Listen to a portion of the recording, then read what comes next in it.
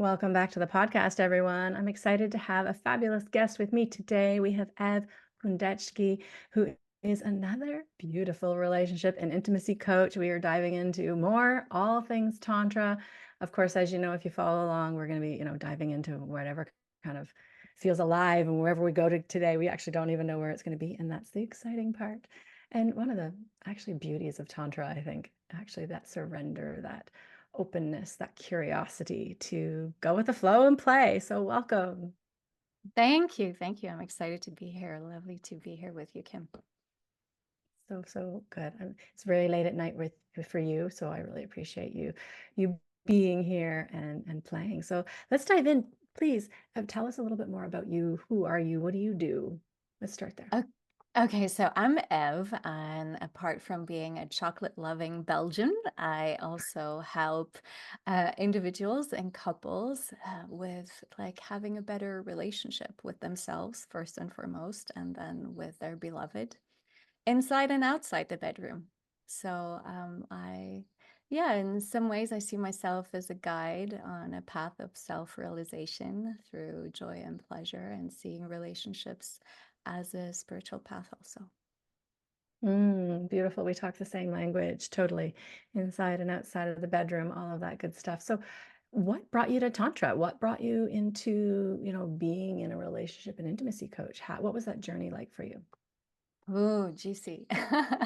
So, I actually pivoted from originally I was an architect. I studied architecture in Belgium and I had a partner there and we went on a big exploration. We decided before getting really serious with our lives to travel the world on a sailboat. So we crossed oceans and traveled and we had like a 13-year relationship. And I didn't realize, like, while we were on our travels and so busy, that we were living actually a very codependent life, and there were many aspects of it. And there was a moment where it all collapsed. And when we were trying to conceive, I guess there were a lot of reality checks where my nervous system brought up a lot of unhealed and unprocessed trauma. And I had to get out. At the time, I didn't find the tools, or we didn't have the connections. We didn't know where to go. My partner then wasn't open also to getting help, even though like we tried in some ways. But so I guess it's when by needing it so hard for myself that I had to find the pieces, the connections, the people, the information to heal myself and to understand what makes a healthy, secure relationship. And I had reproduced a lot of the examples that I had seen around me and bless our families and ancestors. Everybody does the best they can with what they know, Mhm. but it hadn't brought me to a place where I felt really present and fulfilled, or and so it's by having needing it for myself that I went on a journey of healing, and then learning around healing from um, craniosacral therapy to like doing past life readings and things like that. And then I continued into learning around relationships and Tantra.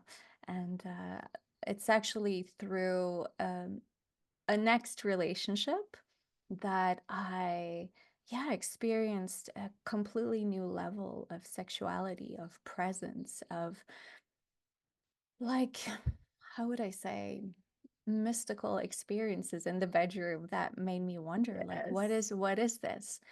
And so when there's so much presence and love and light, it actually also heats up and boils up your system to bring to the surface the impurities and the things that need to be cleared up.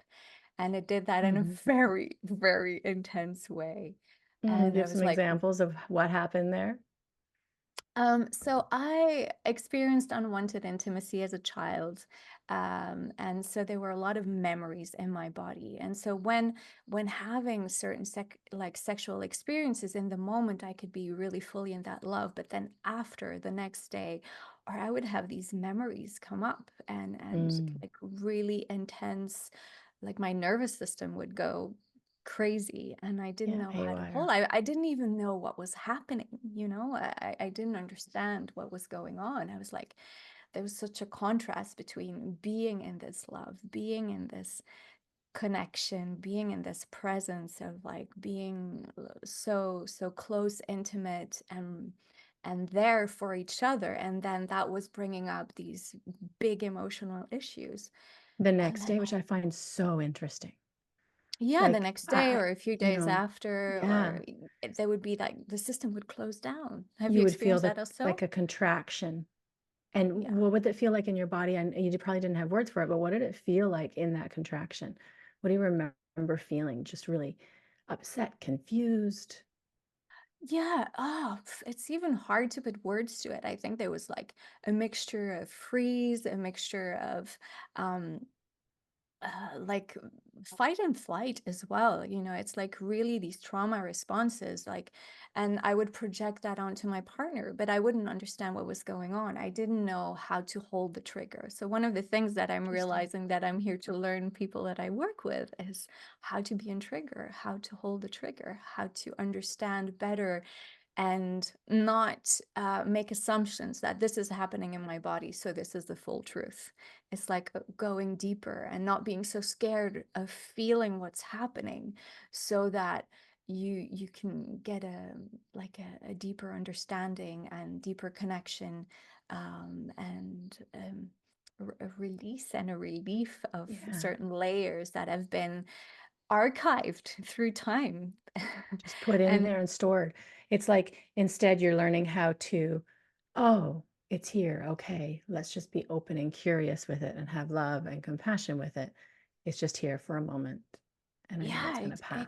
exactly. And it's like the body feels unsafe in that moment because it's like what's going on, and I didn't understand. I like that mixed these contradictory experiences with that partner with who in some ways I felt so loved and so trusting, and at the same time it brought up like the most distrust and the most fear in my system.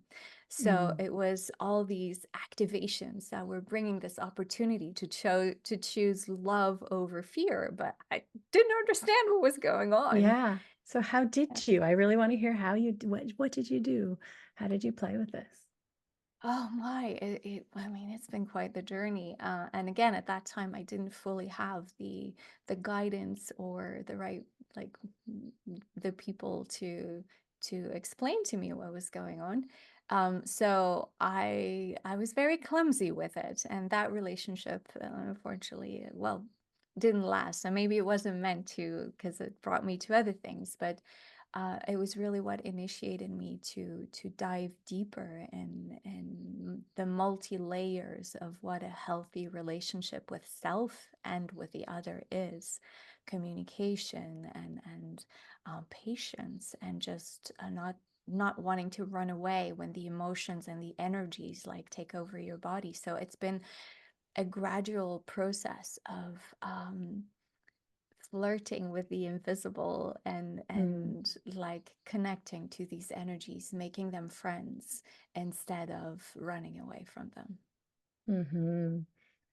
Yeah, and I kind of want to, explain for people who are listening, I think a big question for people who are like, yeah, I have, some traumas and stuff in there. But it feels too daunting, too big, too like, oof, I don't even know how to touch that.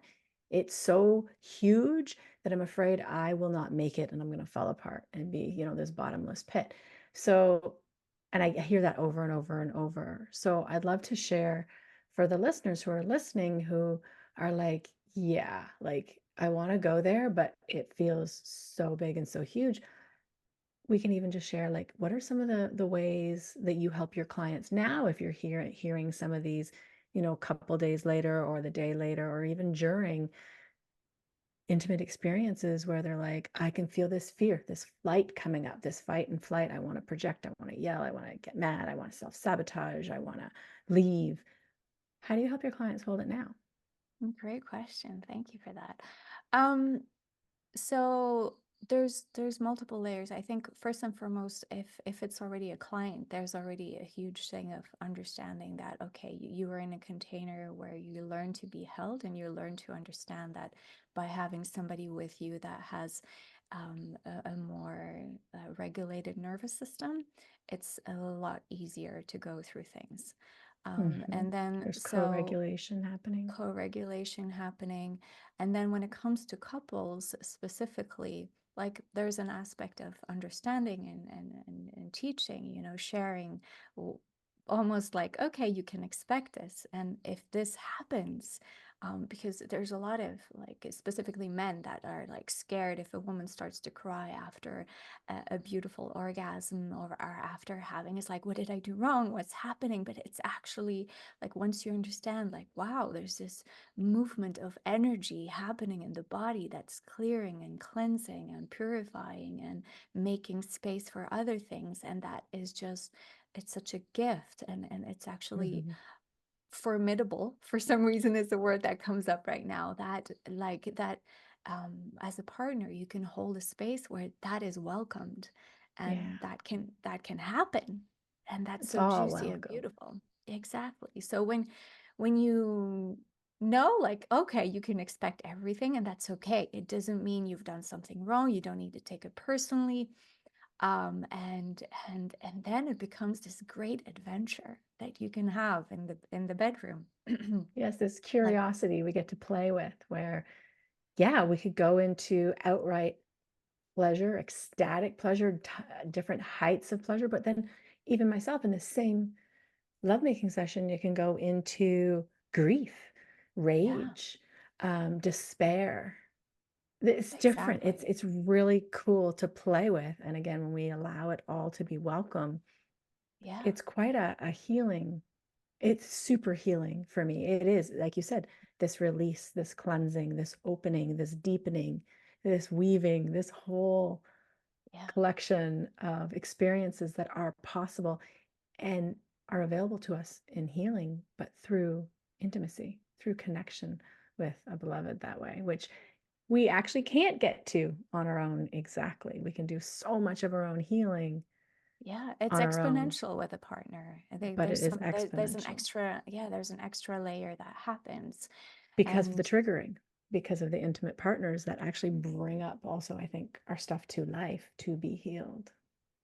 yeah, and I think there's also that aspect of the love connection, right? Yeah, like, Mhm. if someone holds you from a place of being in the heart, there's also a certain level of safety that arises, and that's what can be very confusing. Like, within the safety, other things come up. But then, yeah, it's learning, okay, well, this is coming up. Instead of trying to run away and being scared by it, it's like, wow, I can face this. I can breathe through it. I can move through it. I can feel through it. I can even be curious about it. Like, instead of turning away and running, it's just like, wait a minute, like that little noise under my bed might not be as scary as what I imagined, kind of a thing. Mhm. I love that what you just shared because whether, you're having an intimate experience or whether you're having, a little disagreement in the kitchen, it really doesn't matter. Can you still be curious with it? Can you lean into it? Can you say, "Oh, okay, this is here right now. Cool, let's play." And you might be really angry or frustrated, but if you can keep that beginner's mind of let's be open and let's be curious, can we breathe? Can we move? Movement of body is so, so critical. That's why so many people, move to a walk or a dance or a movement to move their body, even cleaning, right? It depends on your Yeah. level of trigger of reaction happening. But how can you move your body? A good workout can be very And powerful. A sounding, dance. Oh, and then adding in the sounding. sound, Yeah. right? And adding in the breath and making sure you're staying present and you're feeling with whatever comes up. Yeah, staying and welcoming that sensation and that energy that wants to move through. And the more we, and it's the same thing with like orgasm, right? It's like the more we relax into it, the instead of going into the tension, into the squeeze, the more we create space for it, like the juicier it can get. And yeah, And exponential. so can our life and our relationship, the juicier it can get. And it's a Exactly. beautiful way to parallel it. And that's why you and I both talk about, working, doing the work in the bedroom and out, because it is the same. I've always liked to say how you're showing up in the bedroom is how you're showing up out, and vice versa. And it's so true. The way we can Yeah, hold ourselves, the way we can they move through reflect each other. triggers, the way we can deepen. And I totally relate with this. Yeah, the way the love, the safety, the trust is there in a connection. Of course, it allows us to go deeper into orgasm, but also deeper into our own healing and into our own trauma escape, whatever that may be.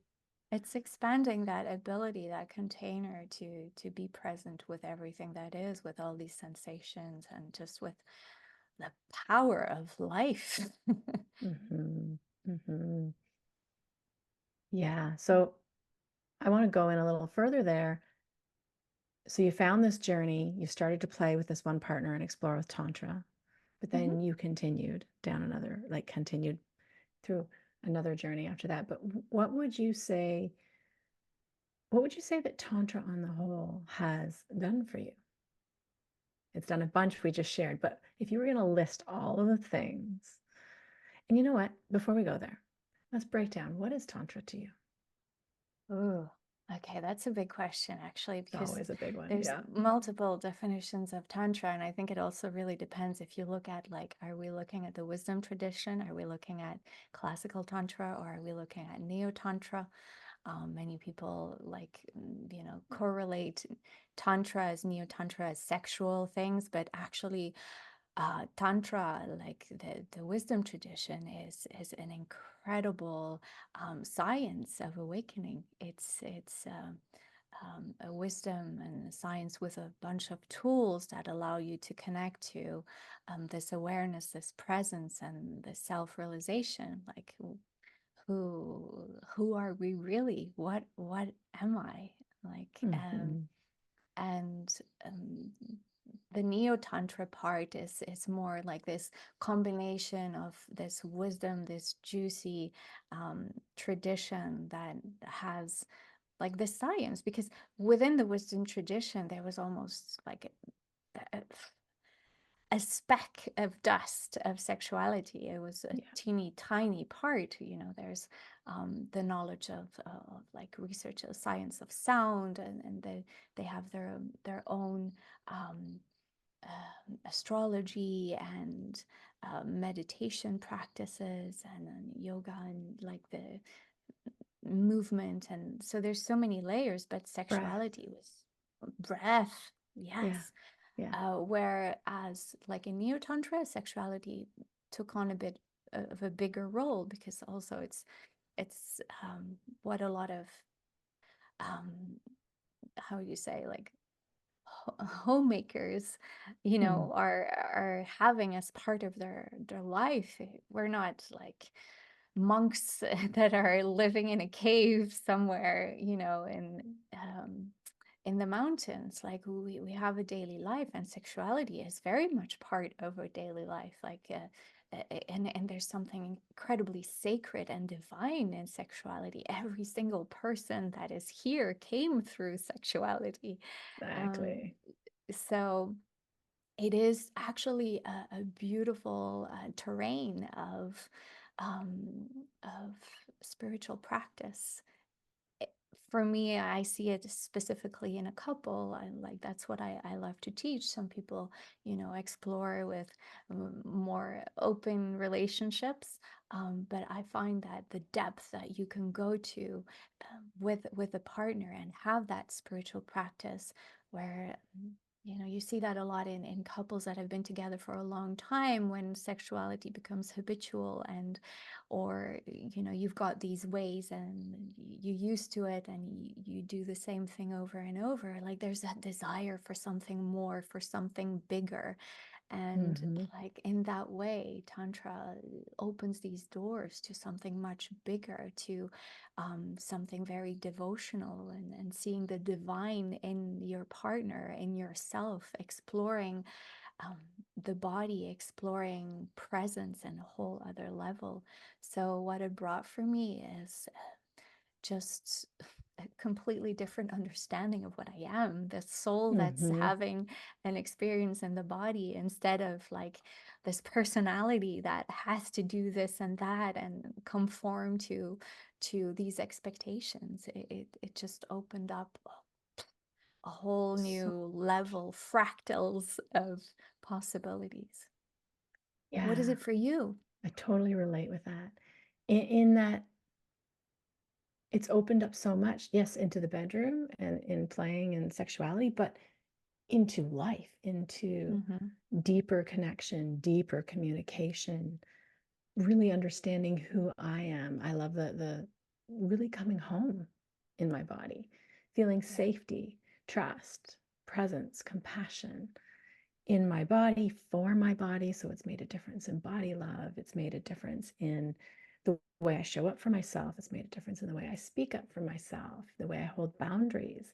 And yet at the same time, the way I can hold compassion for myself and for others around me. And then the same goes for in the relationship, right? There's such a beautiful way in relationship to play with Tantra. It's absolutely stunning the depth that is possible and that is there by playing with Tantra and weaving it into your personal life and then weaving it into your relationship. It has done so much. It's actually would probably be, a few pages of journaling on how much it has done for me, right? Because it allowed Yeah. so much healing, so much joy, so much aliveness to everything I do.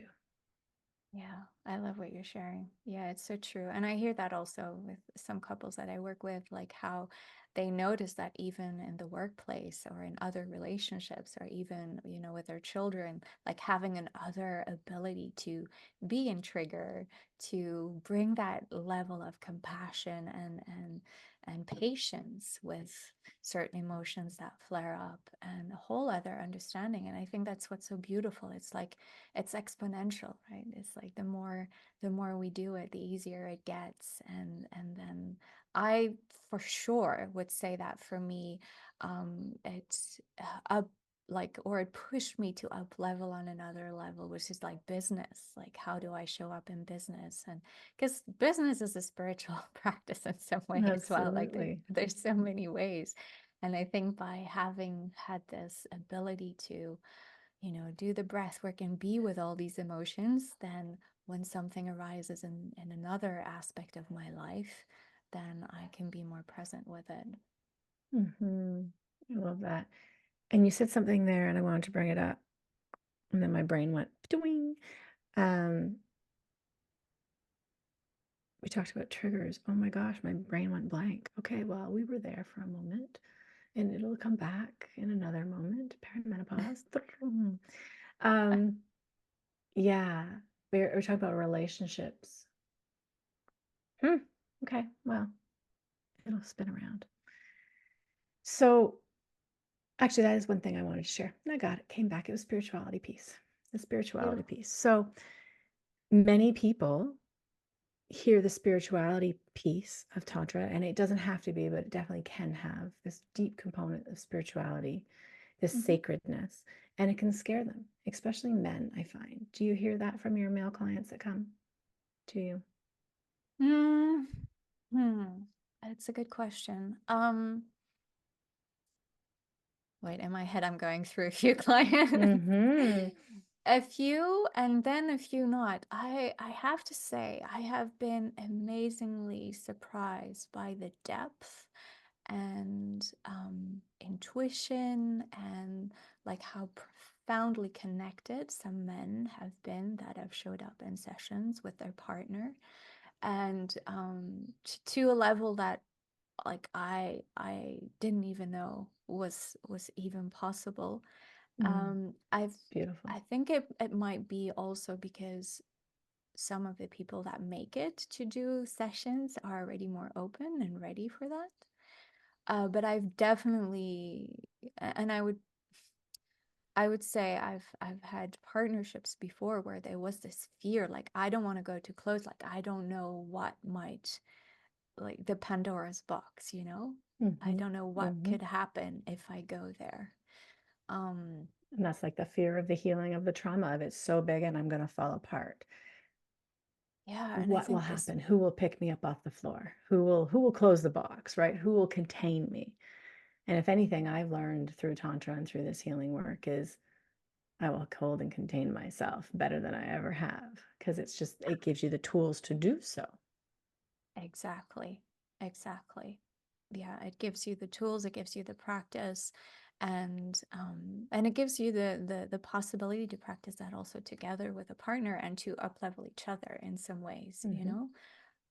I think there is that aspect that society has been a lot less patient with men, or allowing of men to have like their full emotions and fully go in there. But I think it's just as present in men as it is in women, And they and do deeply, I think, want it. They want it to be there. They want to make sure it's safe that they can show up in that way and still be loved, received without judgment, that they can be a whole human. exactly. And I think they even become even more received afterwards, because there's something so exhilarating and delicious and sexy for a man that, know like is confident to contain all of this for himself and for his partner. Because I think Mm-hmm. the feminine craves to have like that container in which she can really feel it all, and that ability that the masculine has to be with that, but also to feel it for himself, is it just allows that extra level. Mm-hmm. Again, that's the deepening of the relationship, the different heights that we can hit, the different levels that we can explore that we couldn't do on our own, which I love. And if somebody, back to the spirituality piece, if somebody's like, well, what do you mean by spirituality? How do you explain that to them? What do we mean when we are talking about Tantra being a spiritual practice? What does that mean? What does that look like for you? Mm, I love that question. I mean, I feel like I'm talking a lot. I'd love to hear you I know also. we're playing back and forth. I know. Um, yeah, in that spirituality piece, it's the connection. It's the connection to the sacred. It's the connection, again, to the divine, but in me, but also in partner. And also the universal connection, this syncing. And there's a deepening in, at least for me, there's a deepening in, I don't even know what to call it, in hearing key people in my life, hearing their thoughts, thinking or feeling what they're going to say before they say it. Like there's a syncing that happens between three key people in my life, one best friend, Mm, one partner, one daughter, that I can actually just hear. It's really interesting, and that's some intuitive connection to womb and connection to my body that has just deepened and deepened over time, as well as I'm moving into menopause. So it's like definitely there's an innate wisdom in there, right? And I think it was always there as a child, but there definitely has been this deepening through Tantra that has allowed me to hold exquisite presence, mm. to trust and feel everything that's happening and showing up in my body in the moment, and to not be afraid of it, not to run away from it, not to fight it, and instead to, okay, this is here right now, and be with it and see where it goes, that curiosity, that openness. And I think that's just allowed this deeper levels of just using my body as this sacred tool to trust Mm, reading the room, to trust mm. reading the universe, to trust reading whatever's going on. And there's It, such a it, beautiful, attuning your radio. attuning, that is the perfect word, exactly. And that Mm, to me is also a deep level of spirituality. There's a piece of spirituality in there where I can trust not only myself, but I can trust the universe. I can trust the sacred. I can trust God, Goddess, that is guiding me to where I need to go. All of it. yeah, So does beautiful. that make sense in how, yeah, it plays? And then, of course, there's the beautiful part of where you can really tap into deep, exquisite spirituality also in sexual experiences that are like mind blowing, right? Where you're like, oh my, did that just happen? Right. And, le petit mort, lamp, it has to be lamp petit mort, right? Of the little death, which is, referring La in petite mort, yeah. referring to Mm-hmm. orgasm being little death. Mm-hmm. And yeah, and that is where, especially when one of my teachers, Layla Martin, where, well, your teacher as well. Who am I Yes. kidding here? Yeah, like where she, the way she was playing and just playing with this is that is the closest point we can get to while being alive, Mm. and yet hitting a taste of death, just a taste of expansiveness, of openness, of the universe, almost literally like the heavens, the universe, the space, all that spaciousness that's up and available up there. You can hit, and I've tasted in peak orgasm before. Yeah, amazing, juicy. I'm happy for you. That's wonderful. I wish that on Thank you. everyone. I'm sure a lot of people actually experience it in some ways without putting these words to it, but still, like it's something that I think it's part of what calls us to being physically intimate. It's that extra dimension where we experience what it is to be that spirit in our body, and not just being the body, but like where you feel that your body just dissolves, that you almost dissolve with your partner, that there's this Mm-hmm. attunement, this movement of energy where it's not anymore about like the flesh, the like the sensations do play a part, but the sensations change in a different way. I think for me, I've definitely had like experiences or flashbacks of other lives where I was a man, or where I experienced completely different things, and it's realizing like, wow, okay, for me that's part of spirituality, is understanding that this invisible world is like getting closer to this invisible world, and being part of it in a different way, and understanding that we actually all kind of merge in each other, like Mm-hmm. we're Mm-hmm. just one doorway of what a self is, but this love energy that flows through all of us, that is this source and this creation energy, like that is especially in during orgasm and during these intimate connections, is being felt in a whole other way. Mm-hmm. And then to add on to that, into the kitchen per se, out of the bedroom, there's Yeah. this deep groundedness that comes from a taste of what we can touch through spirituality and tantra.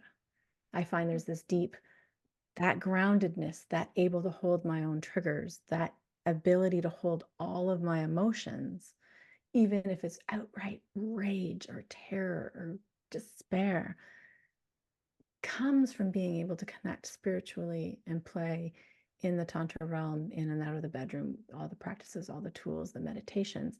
It is what actually, that taste of spirituality is actually, I think, what holds me and allows me Hmm. to trust that no matter what, like, I've got this because I am supported, I am seen, I am held, no matter what. So it's both. Yeah.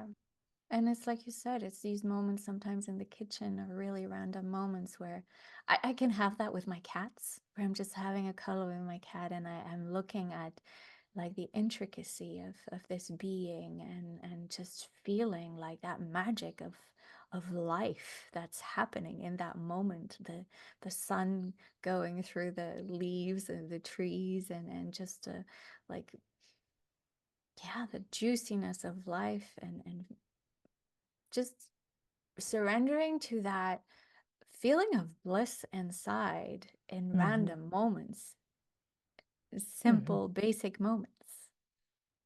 Totally, totally. And I think, you said earlier, I was talking about peak of orgasm hitting that universal connectedness. For me, and I don't know if this is true for everybody, but for me, before I hit that point, one point I remember hitting it in a practice on my own, in a tantra practice, and I was so afraid that I shut it down. Like I literally was like, whoa, and I pulled it back, right? So I think I'm not alone in that many of us can reach these moments in our lives, but we, through orgasm or through another type of practice, breath work, even, where we were like, oh, that's cool. And then we actually get afraid of it, which is similar to the trigger that we were talking about earlier. We hit a new depth, we have a contraction. And I speak to this a lot. This originally, concept was playing with Mama Gina, but it wasn't originally her concept either. It's contractions, right? Like expansion and contraction, like to give birth. We have to expand to open, and then we contract. We expand to open and we contract. And we're doing that through life as well, with highs and lows. We're doing that with a lovely day with a best friend, and it was so amazing. And it's okay the next day to feel like, ugh, and it's like undigested contraction. The same with Mm. orgasm, the same with depths of triggers, being, even deepening in a relationship, like you shared in the beginning with one of your first ones. You would have this depth of love and compassion and this, oh, beautiful relationship. And then you would contract a day or two later, right? And it was like, Mm. okay, gotta run, or fight, right? Fight or Mhm. flight, one of them. Take off, or I'm out of here. This is not working for me, or let's, have it out, have a fight, kind of sabotage, play with it. But it's this expansion and contraction. We can't have one without the other. Yeah, exactly. And So thank you for bringing surrendering. that up because it's exactly like you said, like the breath, the in and the out breath. And it's like enjoying these peaks of bliss and pleasure doesn't mean that there's no like difficult moments. On the contrary, because you almost like up level, like you've graduated this level. So next level of like, okay, now can you face these dark corners of yourself or of life, of experience? It doesn't stop. Like there's multi levels of it. It doesn't mean that all of a sudden there's only bliss and joy. It's just the approach to whatever arises is different. Yeah, and that's a good point. Some people are like, okay, well, if there's still like, troubled parts or parts that are contraction and uncomfortable, why would I want to go there? And I think it's a good way to speak to that, because at the same time, I hold them so much better. I am composed. I have grace. I have compassion. My nervous system is not rattled. I'm not like shaking and rattled and so uncomfortable with myself that I have stress and really uncomfortable symptoms.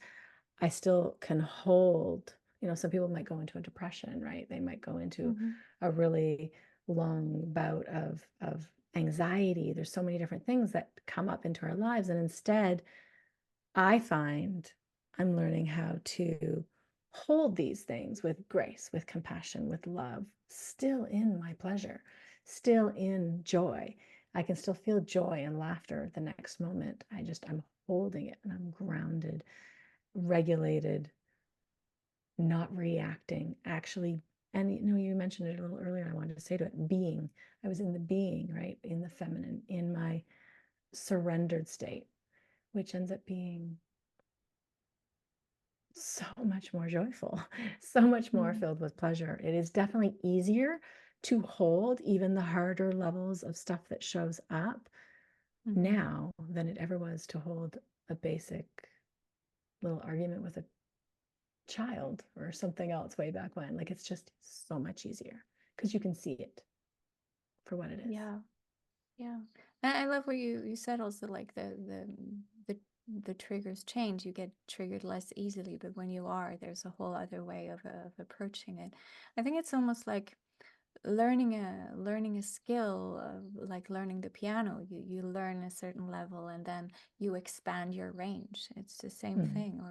Or it's like, I like travel, so for me it feels almost sometimes like travel, right? Like if we expand the area in which we can go, and we can still go back home, and we can still explore, but it just expands that range of of experience. Yeah. And instead, I invite the listeners who are listening to welcome the contraction, Mm, welcome the pullback, because that is sometimes where, and that's where the fears live, but that is sometimes exactly. where the greatest depth of healing, all not sometimes, always, where the greatest depth of healing lives is in the contraction. And just like giving birth, to push a baby through birth canal, we have to expand and contract and expand and contract.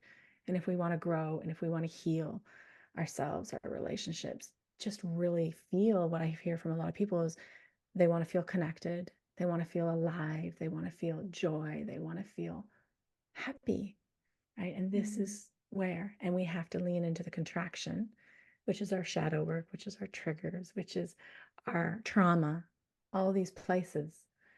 And one of the most beautiful ways to do it is, of course, in relationship where you can be loved and supported and seen and held and witnessed and do the Yeah. expansion and the contraction together. And so much comes up in relationships, that's for sure. Yeah, of course, right? We've got Yeah. two inner children and two hearts and two sets of trauma backgrounds and two sets of emotions and triggers and all of it. Of course, it's exponential, right? And Mm. yet it's also the most beautiful path. And I think one point that you brought up that I really I'm happy to frame again is that aspect of like in healing, it's when we face it that things shift. And it's the same thing with these sensations when that contraction happens. Um, I remember with a doctor, you know, that he had to put a camera down my throat, and I didn't want to go into anesthetics, and so I was just like, okay, how can I face that sensation and be with it without fearing it so much that I make it worse? But so relaxing in that feeling and just being with it. Okay, this is what I'm feeling. What is happening next? This is what I'm feeling. What is happening next? And having that trust, like, okay, I'm not about to die. There's nothing that dramatic happening. And whether it's in triggers while we're, you know, interacting with our partner, whether it's in the kitchen or in the bedroom, like when something arises, it's like the more you can soften and be there in that moment of where the contraction happens and be more in the relaxing of that contraction, the like the more peace comes inside, Mm-hmm. and the more clarity and the more connected we get to our own truth. Because I think there's so many messages, right? The world is filled with do this, do that, these expectations and all of that, but we get so disconnected from our own truth. But the more we learn to be with all these sensations, the more attuned we get to that higher truth that knows more than our mind what is actually good for us. Mm-hmm. Which is going back to me trusting body and hearing what, different people are thinking or saying or wanting. Yeah, which is, it's just because I'm connected. It's just because I'm listening. We probably could have done this earlier, but we didn't. But let's do it quickly. People may be listening going, okay, so what's a trigger? Let's just break down what is a trigger. If they've gotten this far and they're like, okay, I've talked about triggers a lot. What is a trigger?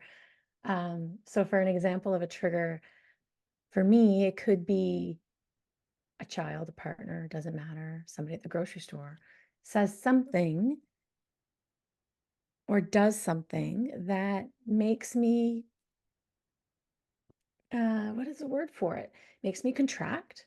It makes me like I'm conscious of my triggers now, but I remember way back when I wasn't conscious of my triggers. They would just, I would be angry. I wouldn't know why, but I was angry, or I was sad, or I was frustrated, or I was resentful. It would Mm. look like snapping. It would look like yelling. It would look like fuck you. It would look like a whole pile of different things. Yeah. What did it look like for you before? And do you have some more examples of triggers if people are listening to what's a trigger? Oh, yeah. Thank you. That's actually a great question. And yeah, sometimes I take it a bit for granted, but it's, yeah, a really, really good question. Um, so, trigger, for me, the way I experience a trigger physically is like, it's almost like there's a heat moving through my body and like a bit of, I can feel my state changes and where I feel slightly threatened in some way, Mm-hmm. and where I go into more of a defensive mode. Usually that's how I recognize, oh, I'm triggered inside. Um, it took actually a while to learn to spot when I was triggered. I think you worded it quite well. Like originally, for me, I would go in defensive mode, and like you said, like it can be a F you, it could be a, I run away, or it Slam a wasn't door, right? It could slam be a any of these door. things that we're Yeah, seeing. Yeah. it's like when it's just another part of your brain that goes into automatic mode of protection. I liked the And heat rising, like feeling it rising. Some people will Yeah. also feel like a lump in their throat. I felt that for a long time too. Like a lump would Hmm. come up to my throat and it would just lock there. Yeah, yeah. Yeah, and then that will show you also where our memories held from the past, where, okay, because often a trigger is a button that gets pressed that reminds our recognition or our nervous system of, oh, wait, something like this happened before. Alarm.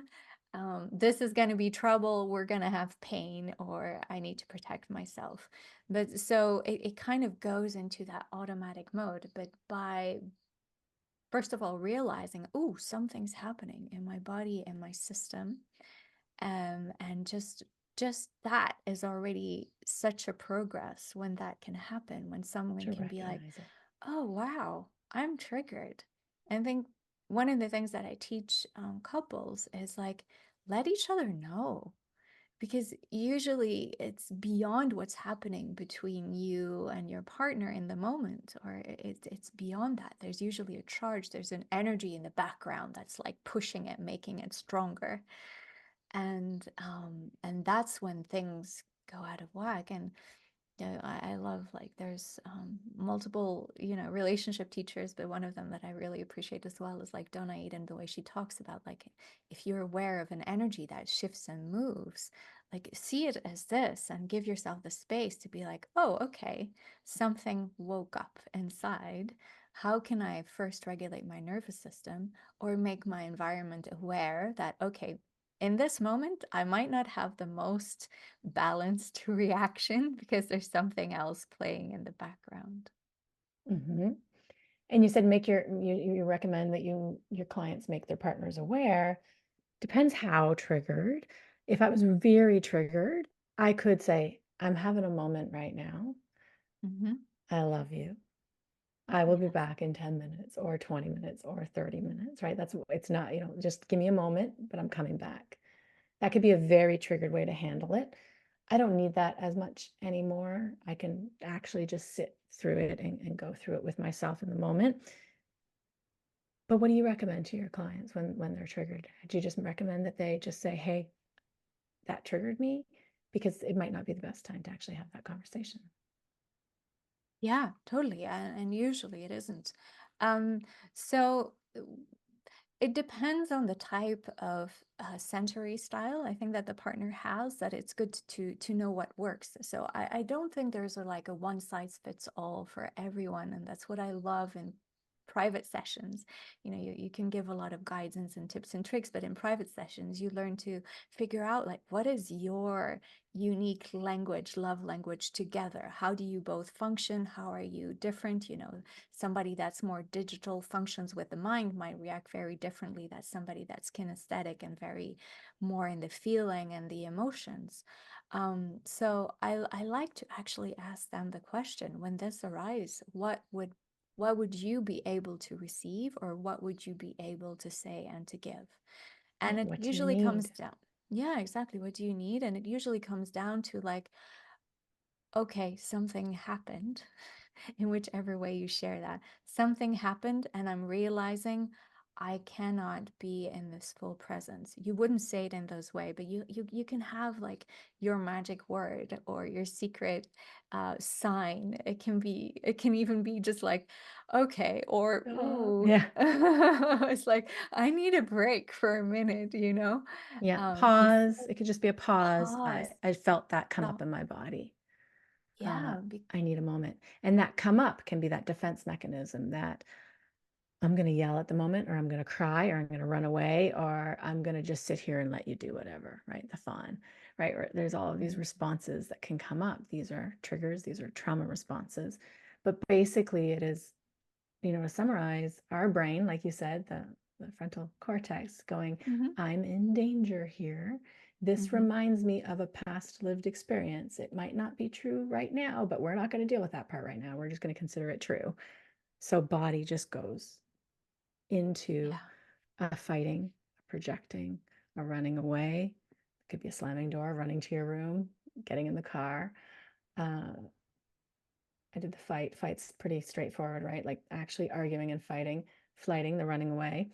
freeze, where we just actually sit there and don't say anything, can't say anything, just take it and take it and take it, and all of a sudden it actually does build up, and it's to resentment generally inside, and we'll process it later, which is not also healthy Mm-hmm. because it's a shutting down mode. It is a shutting down mode where we're actually not present. We probably aren't hearing much at that time either because we're not able to hear much at that time.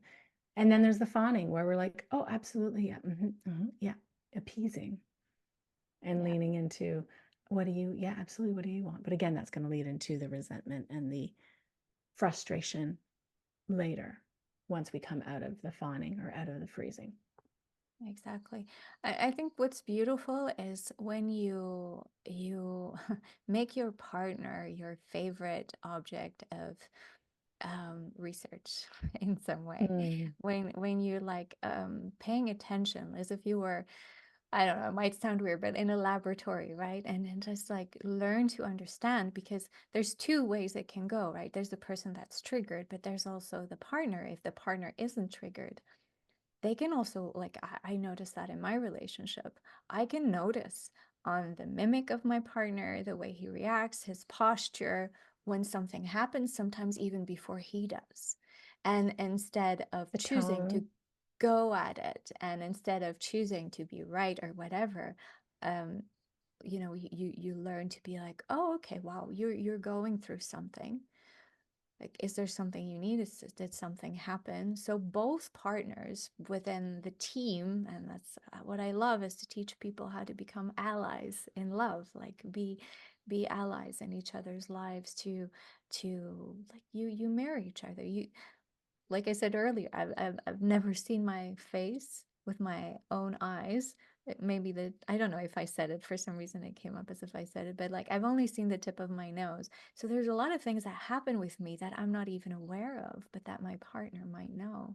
And so when you reciprocate that with each other, and with care and kindness, and that's part of the devotional aspect, is like, okay, we're different. We can function completely differently, and yet, like, I can learn to be so understanding of you that I can see that when this happens, something needs to shift, or maybe you need space, because some people in those moments when they're triggered, for some the best is to have a little hug.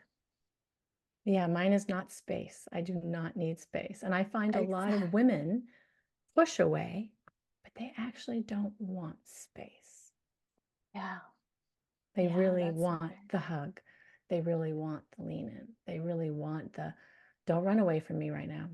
Say, hey, I'm noticing you're going through something. What do you need? And can I give you a hug? yeah. And I think with time, you also learn what the person likes. In one of the relationships, my partner, he would do something funny and it would annoy me, but it would work.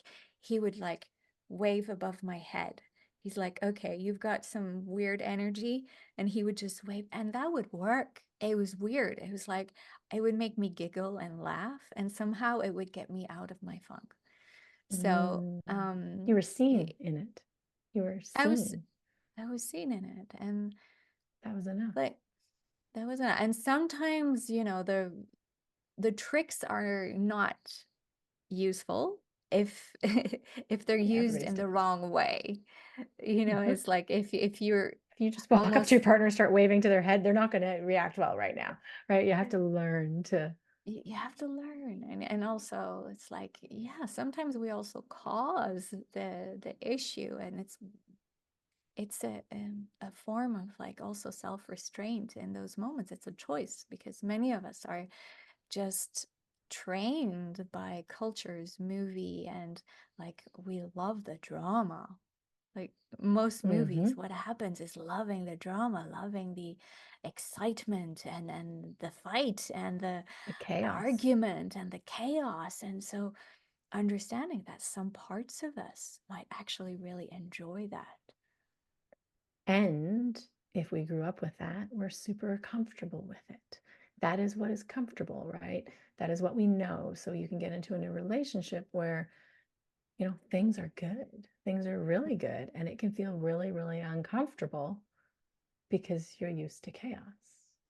So Yeah. there's another way to learn how to hold your body, your system, your nervous system, your triggers, to recognize it. Yeah, the Recognizing it unknown is can be most of it. scary. Yeah. But like you said, just witnessing it and going, oh, it's here. Okay. Can be the most therapeutic way to move this energy that is triggering you. So what works best for you? Hugs? You're If I'm mentioning? triggered, Mm. triggered by partner or triggered by else, doesn't matter either way. Hugs. Yeah. I had to think about it for a moment. Ah. Yeah. I was like, blah, blah, blah, blah, blah. Yeah. If it's specifically triggered by partner, um, the invitation to share what I need to say, what I need, being asked, what do you need right now? Which it might Mm. be, hey, I need to share what triggered me so you understand it. And Mm-hmm. then, do you need a hug now, kind of thing? Yeah. Or if Mm. it's just a light one, it might just be, do you need a hug? I'm Mm. like, yes, please. Just And acknowledgement of what triggered me. acknowledgements, yes. And what was the best timing? Because people can have different timings. For some, it's better to have a bit of time in between, a bit of time out. Or do you like to resolve it straight away, or do you like to have some space first? Right away. If there's space, my inner child can come out in the little pity party of I'm alone and I'm not loved, and yeah, all those inner child wounds can get exasperated. Oh my gosh, I hate that word. You know what I mean? All those childhood wounds can get bigger and Mm. more intense, which will make the trigger more intense, even though I know how to hold it. Depends how regulated I'm feeling that day or that moment, right? No matter what, I need to be held through it, Mm. not Eh, abandoned, because that would be the other trigger, the other childhood trigger, right? And I know it. yeah. Yeah, exactly. It's good to know. But then what if the partner or your partner or the person in front of you is also triggered and their way of they need space first? What is useful for you in that moment to hear Yeah. in order Yeah. to move through that? So good. An acknowledgement that obviously we're both in a moment right now. We're both feeling a little triggered. It's not a great time to talk about it because we're just going to trigger each other more. But then the I love you, and I probably would need this from partner more than myself if I'm triggered. Um, and I could do it also. But I love you. We're going to keep talking about this. Give me 20 minutes, give me 30 minutes to go and do some processing and come back. Hmm. Yeah. And then it would Not be, too much, not too much space. yeah, but then you would really want or need him to come back to you and not Yes, having to go get him. Mm. exactly. Which that's the feminine, right? We want that masculine to hold that container for us, that strong, protective, I got this container, and then we can surrender and be, and we can then surrender and be in our trigger, and to Mm. hold ourselves with such, groundedness and compassion and love. So it's that yin and yang, it's that infinity loop, it's the ebb and flow, it's the masculine and feminine holding. And if we can keep the communication going, Yeah. we got everything down. Like, we can hold anything there. We just have to keep talking. Oh, yeah. Yeah, and talking in a way that the other can hear, not in you've done this, you've done that, pointing the finger, Mm. or blaming or putting stamps on, yeah, you're an a-hole, excuse me. You can swear on here. We say pussy, you can swear, right? Yeah, not Oh, projecting. pussy's And not swearing, but yeah, well, some people okay. consider it, right? We can say all of it. It's all welcome. All Okay. welcome. Oh, how could it not be all welcome? It's a little contra talk. But Mm. yeah, having the I felt this way conversation. I felt Yes. alone. I felt triggered. I felt like I was smacked. I felt the energetic hit. I felt like I wasn't being supported. I felt like you didn't see me. I felt, keeping it to the I, keeping it to how you felt and what you need going forward and what that would do for you is Mm. extremely powerful Yeah. going I like forward. Yeah. if I you like that you could. add and what that would do for you, because I think that's such a motivator for a partner is understanding and when we set our partner up to win, when we set our partner Mhm. up to know what works, because like there's this like very childlike side in us that likes for our partner to attune and read our mind as if our parents, would understand when we're hungry, when we're tired, and all of that. There's still that baby side, but maturing in Mhm. relationship is also really learning to express and to put words to what it is that we need, but also to give a possibility for our partner to win with us. Yeah, because I find between men and women, they're like, "That would give you, like, comfort?" And you're like, Yes. "Yeah," and it makes total sense to us, and they're like, "Okay, so that makes you feel provided for? Yeah, that makes you feel safe? Oh my gosh, of course," like, Yeah, and I like it to hear what something's going to do for somebody. I'm like, "Well, duh, thank you for telling me." Yes, but if you don't know, you don't know. And I think when we're, exactly. working in male-female relationships, we literally do not think the same. We do not think the same. We do not react the same. We do not get that, you know, it's a different kind of brain going on between the male and female relationships and how we relate and how we understand and connect. So I think it's so important to share that part because most of the time I have seen the other partner go, "Oh, wow, yes, okay, thank you for telling me. I had no clue it would mean that much to you." Yeah, exactly. It's beautiful. I would even add, even with same-sex relationships, we can be so different, like women, women, men, men together.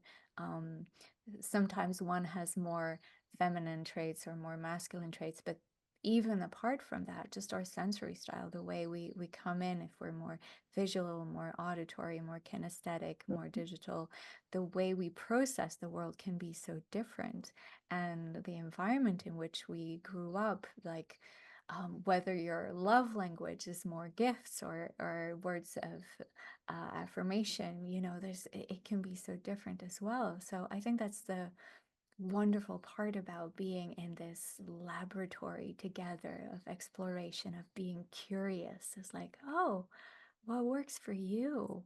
And wow, and it becomes fascinating. It becomes like, oh Mhm. wow, so cool. And that's what creates attraction, because we're rarely attracted to exactly the same as us. There's something about that unknown and that difference that makes the polarity and the magnetism. Mm. I love that love lab, the way that you put that. Yeah, it's like a love lab. I love that. Mm.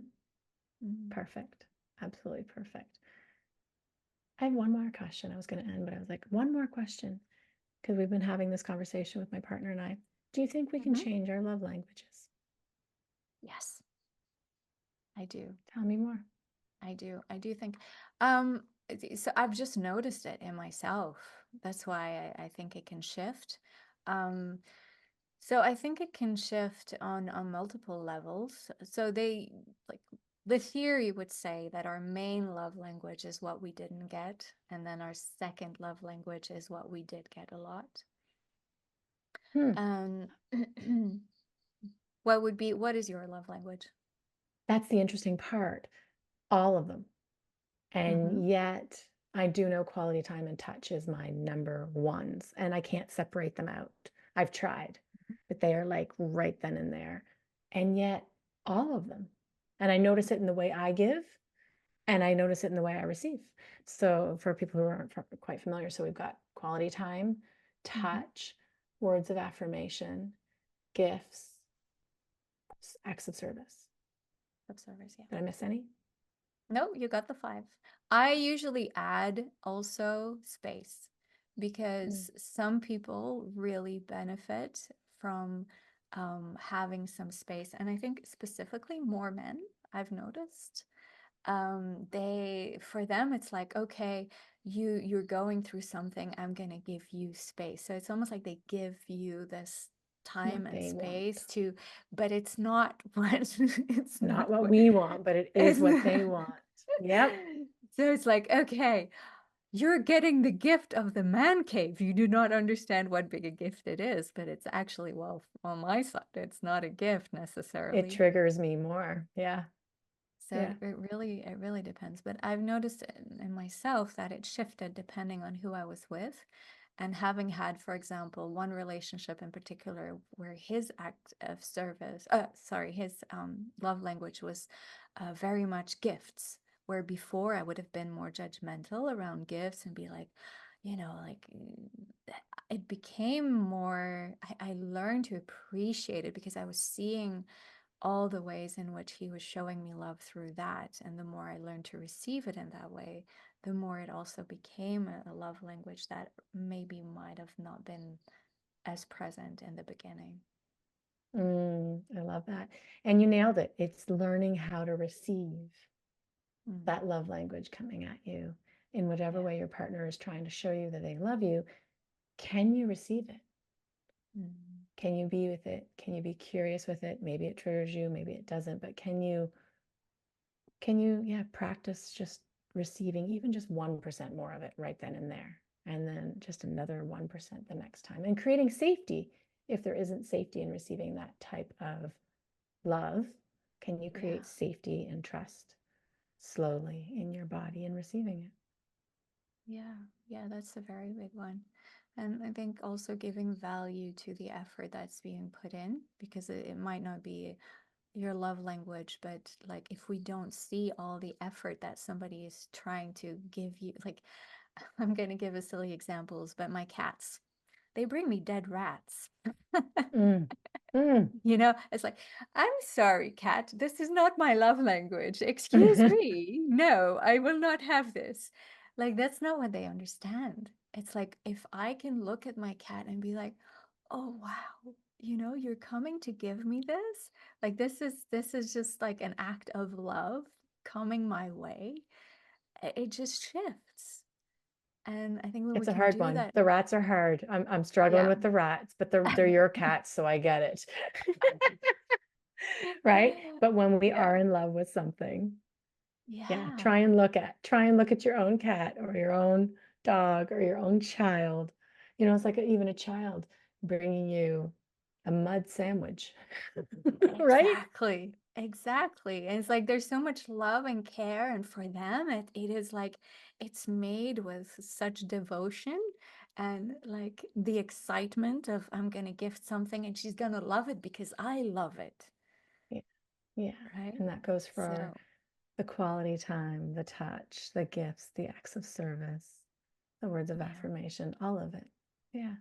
It's a Mm. practice, right? Just like everything else, learning how to receive it, learning how to allow more in, to expand, to contract. Oh, we had such a great conversation today about so many amazing, Yeah. amazing topics. And I love how we've just kind of circled back around to it. So thank you. I think that was a Thank you, Kim. fabulous I way to really break enjoyed those it. down. Mm. Mm-hmm. Mm-hmm. Any last words you'd like to share? Anything Um, landing? yeah, my last words would be may you connect to the deep love within to shine that love. And I think the more, we often point the finger at things outside for the world to change, to create a better world, and things have to happen, and they have to do this, and they have to do that. But we have no power over anyone else but ourselves. And the more we learn to show up as love and open up to being understanding, being compassionate with ourselves and with the other, I really believe that that does change the world. Mm. Yes, please. I agree wholeheartedly as well. Absolutely. Absolutely. That's why I do what I do. I'm sure you as well. Mm. Thank you so, so much. We are going to drop all of your links of where you can find Ev in the show notes. And is there anything else you have going on right now that you want to share? Um, Pretty much just coaching and some events and not so many online events at the moment, but you're welcome to like link on the website, maybe sign up to the newsletter, and I can keep people posted if they're interested. And yeah, just spreading the Perfect. love. Yes. I also have single and couple spots open for coaching, private coaching. I'm guessing you do as well, Ev. That's how you work Yes, with your clients and singles and I couples. do. Perfect. And there's actually a few live workshops now coming up here in Kitchener-Waterloo that I'm offering once a month going forward, which is fun, which are Tantra date Nice. nights for couples to teach them these tools to start to play. They can come to every one if they want to, just to learn how to dive in just a little bit to become more comfortable. So yeah, they're all on Eventbrite called Tantra Date Nights for Couples. I'll also drop Love the it. link in the show notes. Yeah, we'll drop them in the show notes. You can also check out getyoursexyback.ca for any of the other goodies, and the link to book free calls will be in the show notes as well for myself and Ev as well. Yeah. Juicy. I loved it. Thank you for such a beautiful conversation. Thank you so much. Thank you. Thank you. Till next time, everyone.